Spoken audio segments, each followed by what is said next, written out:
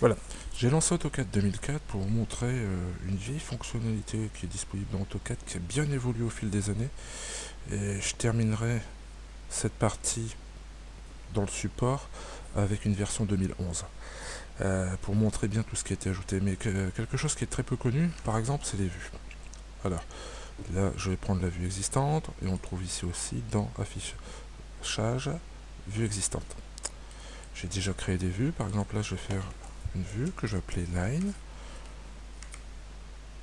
Bon, on va le mettre en français. Les lignes. Je vais définir une fenêtre. Là je vais prendre 2 points. Je passe de là à là. Je fais OK. Premier intérêt déjà, ça sera beaucoup plus simple dans les versions supérieures, mais je peux définir en courant, par exemple arc, et automatiquement je zoome à l'écran. Je peux diviser mon écran en 3 fenêtres, par exemple. Ici, je vais pouvoir prendre la fenêtre arc, ici cercle et ligne, rapidement. Ça peut me permettre aussi de créer des présentations dans le même principe. Je vais prendre 2 verticales, où je vais dire ici ça je prends arc, ici je prends cercle, un petit peu au hasard. Je fais ça. Donc ça zoome directement sur le dessin. Et aussi une des fonctionnalités, c'est tout simplement de faire une impression.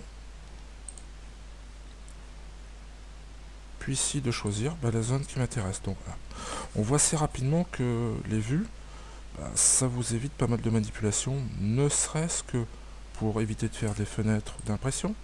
Quand vous voulez zoomer sur une zone, zoomer directement sur une zone, vous allez pouvoir dessus donner des noms un peu plus explicites à certaines zones de vos dessins, détail A, détail B, ça peut être le bureau de Monsieur X, on peut faire ce que l'on veut. Voilà un petit peu ce que ça peut vous apporter les vues. Si on monte dans les versions supérieures, ce qui sera disponible dans d'autres vidéos, vous allez voir que ça va encore plus loin.